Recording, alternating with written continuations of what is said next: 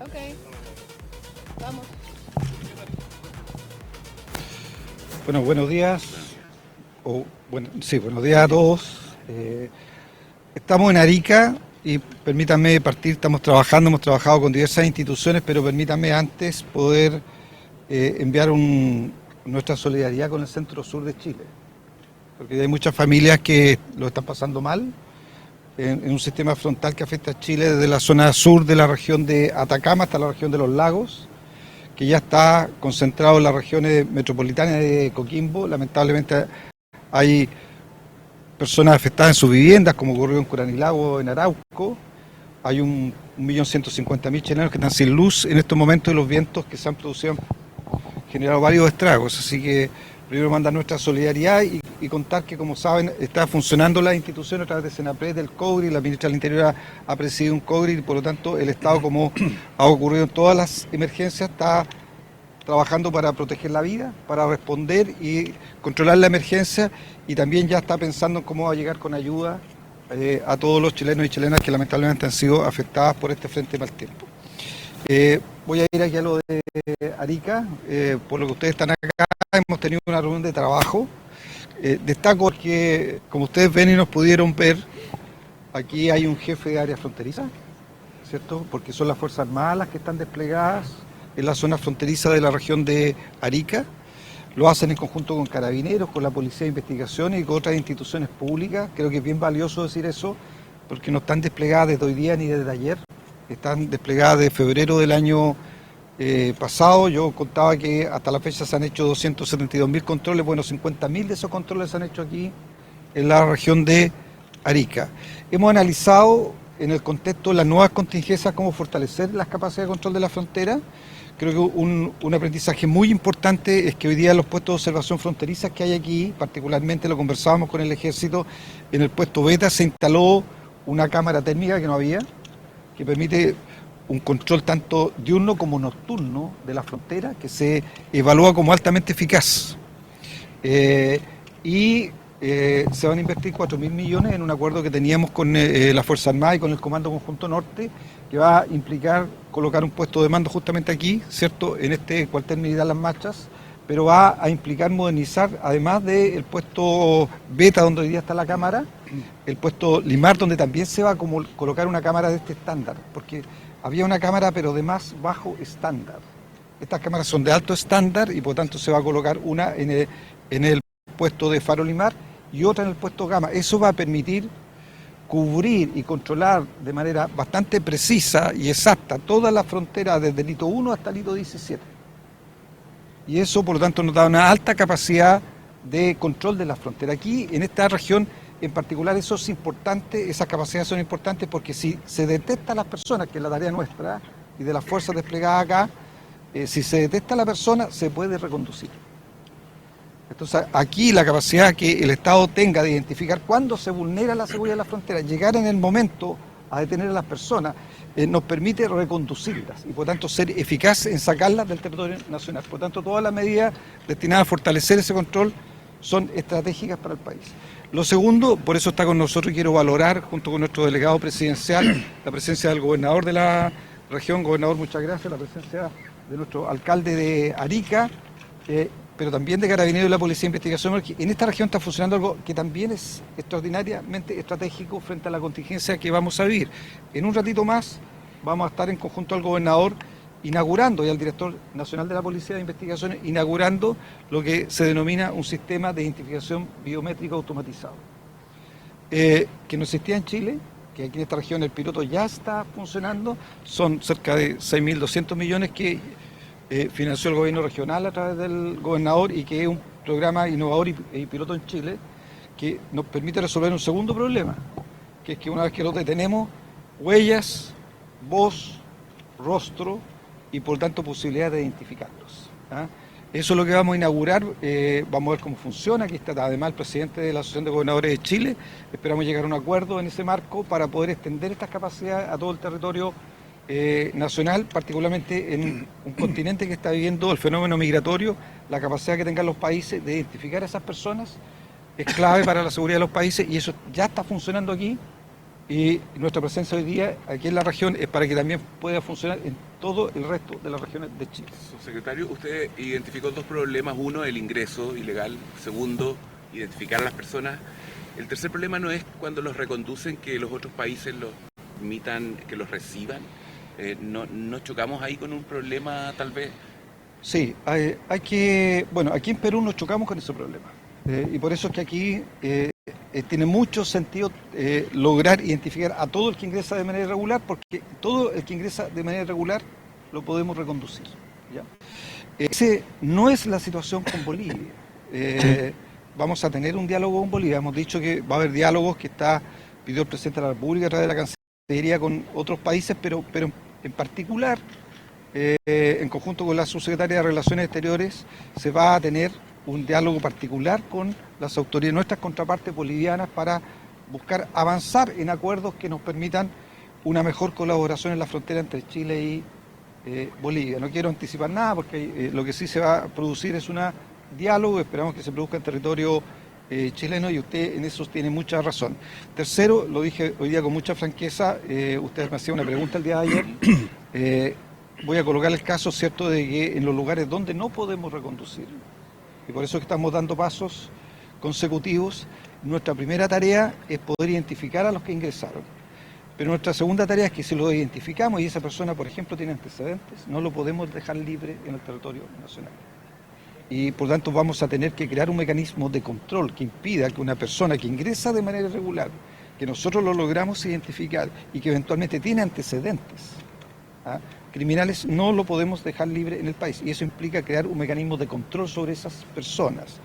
Es algo que el gobierno está conversando, esperamos conversar con otros actores para crear un mecanismo que nos permita, frente a esa situación, no dejarlos libres en el territorio nacional. ¿El cierre de fronteras está descartado? A ver, el senador Castro planteaba hacer una especie de campamento fronterizo. Hay muchos que se ponen creativos también en este contexto, ¿no? Sí, es que hay que explicarle al país. Cuando se habla de cierre de fronteras, se habla de cerrar los pasos fronterizos. Y por los pasos fronterizos entra la gente de manera regular. O sea, entra, voy a colocar un ejemplo, un ciudadano argentino por el paso fronterizo de los Libertadores, y entra y tiene su pasaporte o tiene su documento de identificación, se le registra, se registra su ingreso, o viene un ciudadano europeo, entra por el aeropuerto, por un paso fronterizo. Cuando uno cierra la frontera, lo que hace es impedir el ingreso irregular al país. Y ese no es el problema que tenemos. El problema que tenemos es el ingreso irregular al país. Por tanto, cerrar los pasos fronterizos, que cuando uno dice voy a cerrar la frontera, lo que está diciendo, como ocurrió en la pandemia, se cerró el flujo migratorio regular. Y hoy día el problema no es flujo migratorio regular, no tendría sentido cerrar los pasos fronterizos. Nuestro problema es el flujo migratorio regular, que justamente no pasa por ahí. Pasa por algunos de los 1000 kilómetros de frontera norte, por pasos no habilitados, donde no está aduana, donde no está la Policía de Investigaciones, donde no está Carabineros de Chile. Por eso es que se ha desplegado a las Fuerzas Armadas justamente para que en esos territorios haya control y no se pueda ingresar. Primero, se disuada del ingreso, y en segundo lugar, si se ingresa, se pueda detener a esa persona. Subsecretario, mencionaba ayer que con los migrantes venezolanos está esta dificultad de poder reconducirlos hoy día por este tema diplomático que hay, ¿no? En el caso de aquellos que logren pasar, ¿qué va a pasar, por ejemplo, mencionaban ayer en torno a estos refugios que existen en Colchane, también en el sector de Lobito? Entiendo que la medida ahí es desmantelar esos refugios. ¿Por qué se toma esa medida y qué va a pasar con las personas que eventualmente se encuentren ahí? A ver, vamos por etapa. Aquí en Arica, si es que ingresara de manera regular un ciudadano venezolano, lo podríamos reconducir. Para primero aclarar ese punto. En la frontera con Perú. En la frontera con Perú. Frontera con Bolivia. Por eso, en el caso de Bolivia no lo podríamos reconducir. Nosotros hemos tomado decisiones particularmente en la frontera, en el sentido de que en el caso de Colchane hemos iniciado un proceso de desmantelamiento del refugio que existía ahí. Si es que llegara a ocurrir eso, igual tenemos condiciones para poder detenerlo, trasladarlo, denunciarlo, para que se le controle, se le identifique y posteriormente se le traslade a otro lugar. Pero en el caso de Colchane hemos instruido desmantelar el refugio que está ahí. En el caso de Iquique, que tenía cierto el centro también Lobitos, hemos también acordado terminar con los ingresos. ¿Ya? En agosto no lo vamos a desmantelar porque vamos a ver la evolución de la situación de flujo migratorio. Por lo tanto, es algo que vamos a observar y de acuerdo a eso vamos a tomar decisiones más definitivas. Subsecretario, respecto a la disculpe. estrategia con Bolivia en particular, me gustaría tenerme en eso.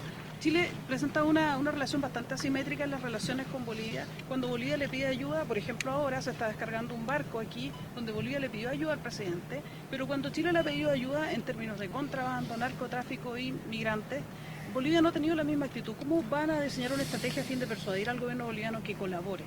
La afirmación que usted hace yo tengo que relativizarla porque yo me he reunido entre 4 a 5 veces con el ministro de Gobierno, que es el ministro del Interior boliviano, el ministro Castillo. Él ha venido a Chile, hemos tenido reuniones de coordinación en materia de seguridad. He ido a La Paz a reunirme con ellos, lo hemos hecho además en conjunto con las policías y tenemos un acuerdo de colaboración que ha permitido tener resultados, particularmente en el contrabando de vehículos. O sea, no podríamos decir que no hay nada.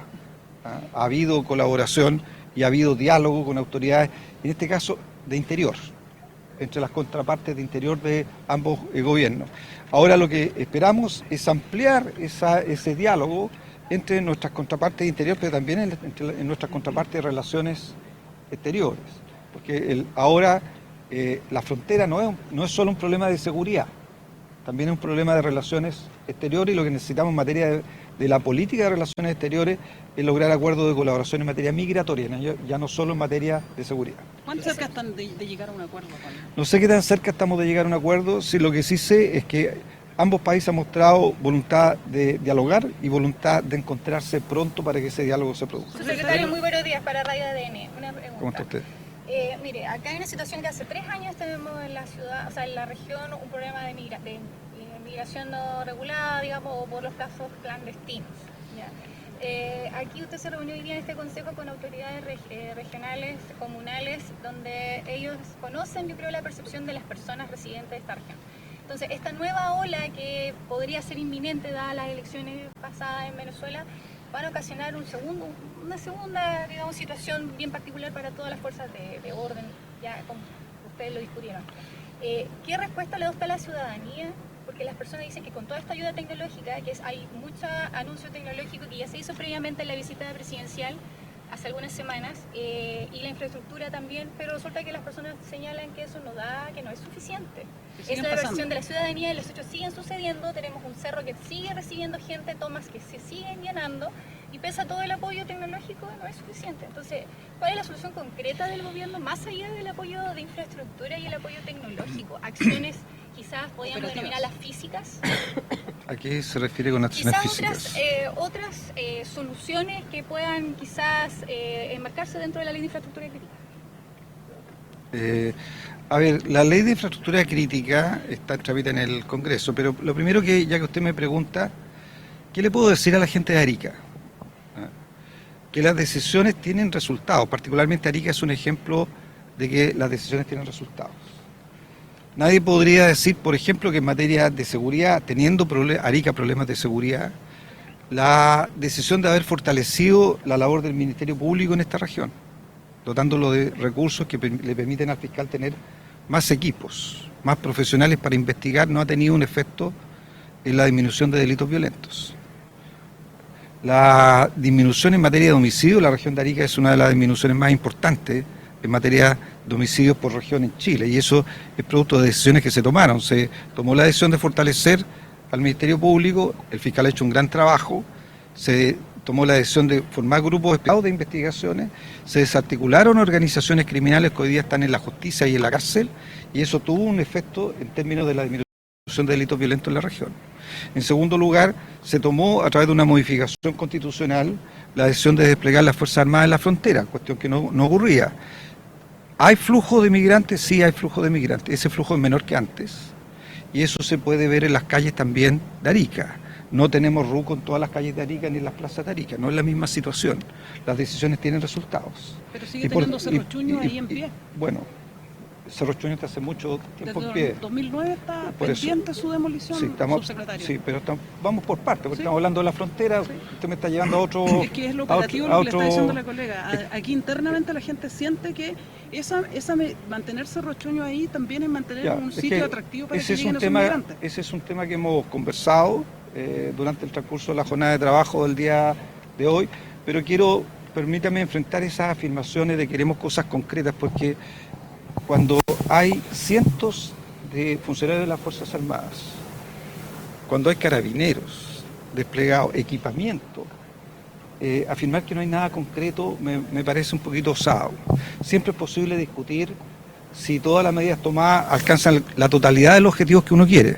Por supuesto, no creo que alcance la totalidad de las aspiraciones de la gente que vive en la región de Arica, ni tampoco las aspiraciones del gobierno. Pero implica un trabajo persistente para lograr esos resultados y una estrategia persistente para lograr esos resultados. La Cámara, y basta preguntarle a las Fuerzas Armadas, no preguntarme a mí, si la Cámara que no estaba, ¿cierto?, en el puesto beta sirve o no sirve para la eficacia del Estado, para proteger la región, lo más probable es que la región sí. Y colocar una en el puesto Limar y otra en el puesto Gama le sirve mucho a la región de Arica y le sirve justamente a lograr los resultados que todos esperamos que se produzcan. En el caso de Sarchuño, lo hemos conversado en particular. Yo sé que la aspiración de la región, por diversas razones, no solo por razones de seguridad, también ambientales, por eso no solo por razones de seguridad, de que el Estado pueda finalmente producir la relocalización o la erradicación de esa zona. Cerro Chuño no debería estar ahí. Y esperamos, lo han vuelto a plantear hoy día las autoridades locales, hay voluntad del gobernador, del alcalde, de buscar una alternativa. Yo me he comprometido en particular en poder articular la relación con el Ministerio de Vivienda para que podamos tomar una decisión definitiva respecto a Cerro Chuño. En torno al rol de la Fiscalía... Precisamente por los pasos clandestinos, porque en ese sector ahí van a haber sectores o ocasiones en los cuales las Fuerzas Armadas no van a poder quizá tomar acciones, digamos, de manera autónoma, entendiendo que se rigen bajo una ley de acción. Entonces, ¿qué pasa? Que la gente piensa que siguen por esos pasos clandestinos ingresando personas y tampoco se ha dado una solución concreta en qué va a pasar, precisamente como preguntó el colega, con las personas que quedan ahí entre fronteras. Porque esa es la situación, hay personas que van a quedar detenidas y precisamente estamos hablando de la nueva ola migratoria. Pero una ola migratoria que todavía no se produce. Pero es inminente o podría ocurrir. Todavía no se produce y estamos justamente tomando decisiones respecto a ese eventual riesgo. No estamos reaccionando a lo que ya ocurrió, estamos tomando decisiones frente a un eventual riesgo de que eso ocurra. Las Fuerzas Armadas hoy día actúan en base a un decreto, que es el decreto 78, a partir de una facultad constitucional del presidente de la República. No tienen ninguna limitación para actuar. Si alguien ingresa al territorio nacional de manera irregular, las Fuerzas Armadas lo pueden detener. ¿Con armas? Lo pueden detener.